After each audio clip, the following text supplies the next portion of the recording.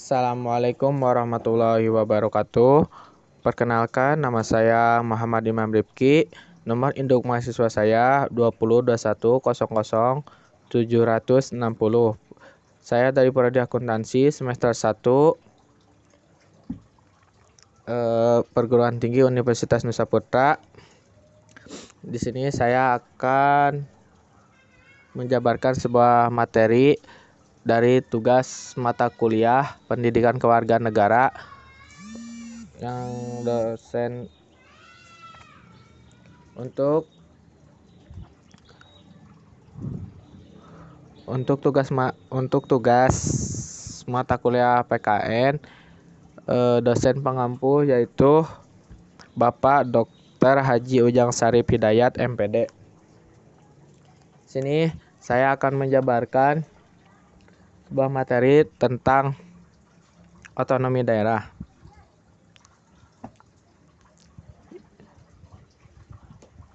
Indonesia adalah negara kesatuan yang berbentuk republik dan dalam pelaksanaan pemerintahannya terbagi atas daerah-daerah provinsi. Setiap daerah provinsi terbagi atas kabupaten dan kota, dan begitu seterusnya, hingga jajaran terendah dalam struktur pemerintah yang tiap-tiap provinsi, kabupaten, dan kota mempunyai pemerintahan daerah untuk mengatur dan mengurus sendiri urusan pemerintahan. Menurut asas otonomi dan tugas pembantuan, pemerintah daerah berhak menetapkan peraturan daerah dan peraturan-peraturan lain untuk melaksanakan otonomi daerah dan tugas pembantunya. Otonomi daerah merupakan proses pengejawatahan penerapan sistem desentralisasi, di mana sistem desentralisasi diterapkan sebagai tindak lanjut demokratisasi di Indonesia. Proses sejarah lah yang memaksa diterapkannya sistem desentralisasi yang bertujuan untuk mengurangi sentralisasi kekuasaan pada pemerintah pusat.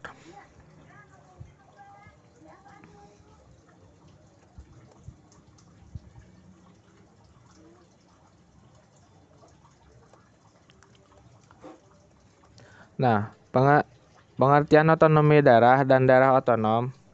Otonomi secara sempit diartikan sebagai mandiri, sedangkan dalam arti luas adalah berdaya. Secara etimologi, otonomi berasal dari bahasa Yunani, terdiri atas kata autos berarti sendiri dan nomos berarti undang-undang atau aturan. Dengan demikian, otonomi dapat diartikan sebagai kewenangan untuk mengatur diri sendiri dan otoritas dalam membantu peraturan untuk mengelola rumah tangganya sendiri. Sementara wilayah atau daerah adalah kesatuan masyarakat hukum yang memiliki batas-batas tertentu, sehingga otonomi daerah merupakan suatu aturan atau hukum untuk mengelola sumber daya sendiri, baik sumber daya alam maupun masyarakat secara mandiri.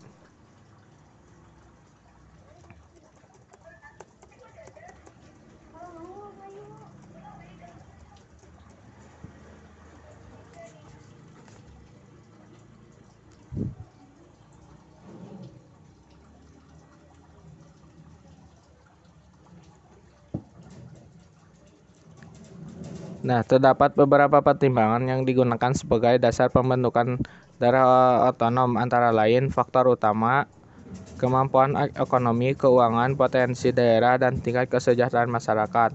Faktor penunjang, sumber daya manusia, sosial budaya, sosial politik, jumlah penduduk, luas wilayah, pertahanan, dan keamanan.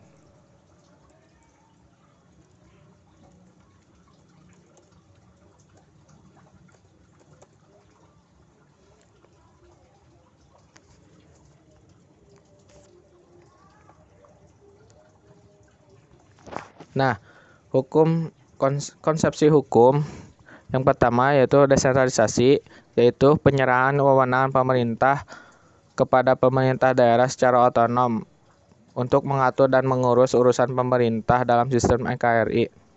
Yang kedua, otonomi daerah, hak, wewenang, dan kewajiban daerah otonom untuk mengatur dan mengurus sendiri urusan pemerintahan serta kepentingan masyarakat setempat sesuai dengan peraturan perundang-undang. Yang ketiga, daerah otonom, yaitu kesatuan masyarakat hukum yang mempunyai batas-batas wilayah yang berwenang mengatur dan mengurus urusan pemerintah dan kepentingan masyarakat setempat menurut prakarsa sendiri berdasarkan aspirasi masyarakat dalam sistem NKRI. Otonomi daerah menurut Undang-Undang Pasal 18 Undang-Undang 1945. Yang pertama, Negara Kesatuan Republik Indonesia dibagi atas daerah-daerah provinsi dan daerah provinsi itu dibagi atas kabupaten dan kota yang tiap-tiap provinsi, kabupaten, dan kota itu mempunyai pemerintahan daerah yang diatur dengan undang-undang. Yang kedua, pemerintah daerah provinsi, daerah kabupaten, dan kota mengatur dan mengurus sendiri urusan pemerintahan menurut asas otonomi dan tugas pembantuan. Yang ketiga, pemerintahan daerah provinsi, daerah kabupaten, dan kota memiliki Dewan Perwakilan Rakyat Daerah atau DPRD yang anggotanya dipilih melalui pemilihan umum. Nah, untuk pemerintahan daerah provinsi, daerah kabupaten, dan kota yaitu memiliki Dewan Perwakilan Rakyat Daerah. Yang keempat, gubernur, bupati, dan wali kota masing-masing sebagai kepala pemerintah daerah provinsi, kabupaten, dan kota dipilih secara demokrasi. Nah, untuk gubernur yaitu sebagai kepala pemerintah daerah untuk provinsi, bupati yaitu untuk daerah kabupaten, dan wali kota yaitu untuk pemerintahan kota. Nah, di mana di sini gubernur, bupati, dan wali kota dipilih secara demokratis, yaitu dipilihnya melalui rakyat. Yang kelima, pemerintah daerah menjalankan otonomi seluas-luasnya, kecuali urusan pemerintah yang oleh undang-undang ditentukan sebagai pemerintah pusat. Nah, untuk otonomi daerah memiliki wewenang untuk pemerintahan daerah yaitu seperti provinsi yaitu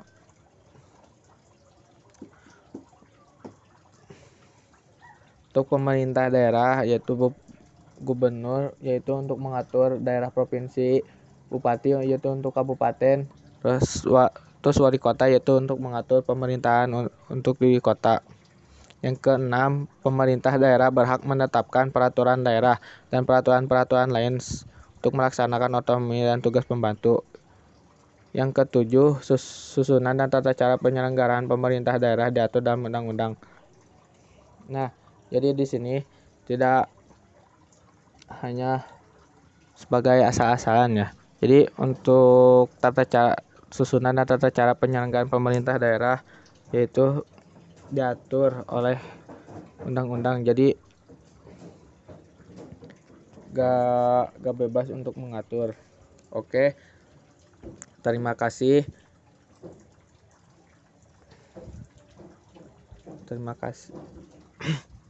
Mungkin ini yang bisa saya sampaikan. Mohon maaf bila banyak kekurangan. Bila taufiq wal hidayah. Wassalamualaikum warahmatullahi wabarakatuh.